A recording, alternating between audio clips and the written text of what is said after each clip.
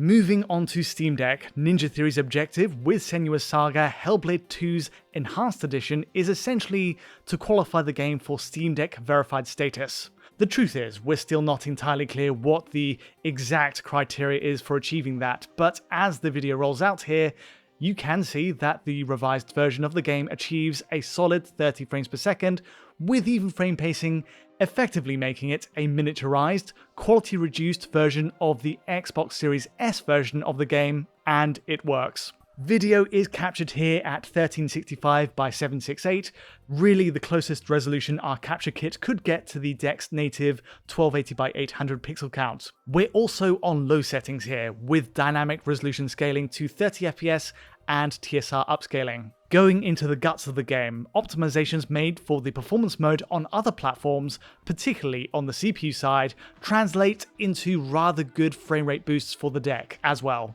but platform-specific optimizations were included here too. Unreal Engine blueprints and Niagara effects were made Steam Deck aware, with custom tooling for the platform, alongside reductions in water tessellation that won't be so noticeable at lower resolutions, along with lighting optimizations. So, how well did Ninja Theory do here? We carried out like-for-like testing at 768p using the same settings as we saw at Ninja Theory Studio, that is, low settings with FSR3 performance upscaling. By settling on a single resolution as opposed to relying on DRS, we get a better idea this way of the improvement to performance. The first clip we tested is the opening of the game itself, where we saw a dramatic improvement to frame rate. We measured a 20% improvement to performance overall in this section, with a reduction in stutter too. But alas, it's not a uniform improvement across the game, as we see in our next clip here, where the performance boost is more slight, but again,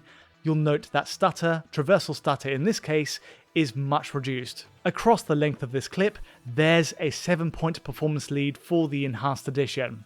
The fight at the end of the first level sees a 10% point improvement, but really, this clip is a game of two halves. Similar, smaller performance boosts for much of the sequence, but a much larger increase here, where volumetric effects dominate the viewport, before we return to a circa 10-point performance lead. However, unlocked frame rates and FSR3 aren't how we recommend playing this game. It's all about setting TSR as the upscaler of choice, with dynamic resolution scaling set to 30 FPS and using the deck's internal frame rate limiter also set to 30.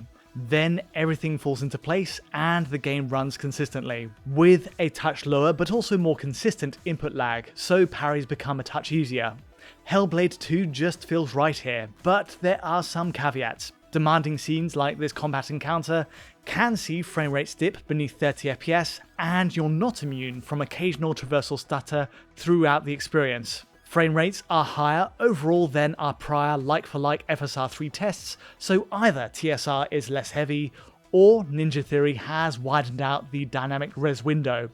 But even so, locking to 30 should deliver improved image quality. Where GPU resources were previously used to pump out more frames, now they're simply delivering higher resolutions. One thing that is a touch concerning is that some dropped frames can persist for 66 milliseconds rather than the expected 50. So based on our recent Cyberpunk 2077 tests, I'm curious if there is some kind of issue with Steam Deck's 30 FPS limiter. But even so, this is the way I'd play the game on mobile. And interestingly, of course, Xbox's new entry-level Nun-X ROG Ally uses very similar silicon to Steam Deck, so I would not be surprised to see this newly optimized experience play just as well on the new hardware there.